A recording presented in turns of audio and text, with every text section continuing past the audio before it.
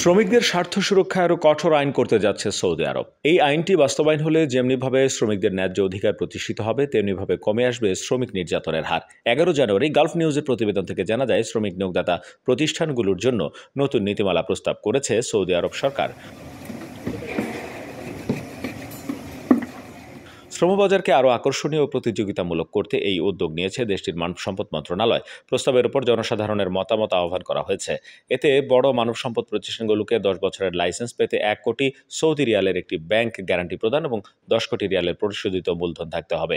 মাঝারি আকারের প্রতিষ্ঠানের জন্য 5 বছরের লাইসেন্স পেতে 50 লাখ সৌদি রিয়ালের একটি ব্যাংক গ্যারান্টি প্রদান এবং 5 কোটি রিয়ালের পরিশোধিত মূলধন থাকা আবশ্যক।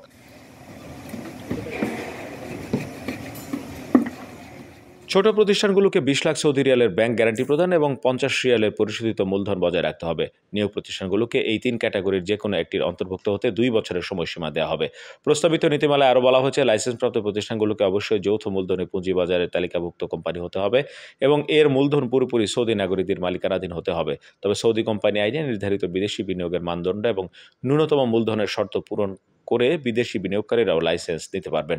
এই নীতিমালায় প্রযুক্তিগত, শ্রমিক সংক্রান্ত বা পেশাগত ব্যর্থতাজনিত ঝুঁকি মোকাবেলায় বিমা পাওয়ার বিষয়টি নিশ্চিত করার ক্ষমতা মানব সম্পদ মন্ত্রণালয়কে দেওয়া হয়েছে।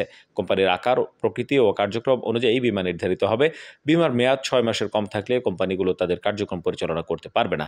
বাজারের পরিবর্তন, ভিসার অনুরোধ বৃদ্ধি, অভিযোগের সংখ্যা বৃদ্ধি, নিয়োগ বা চুক্তি বাস্তবায়নে বিলম্বের মতো বিষয়গুলোর ভিত্তিতে মন্ত্রণালয় ব্যাংক গ্যারান্টি বাড়ানোর অনুরোধ করতে পারবে।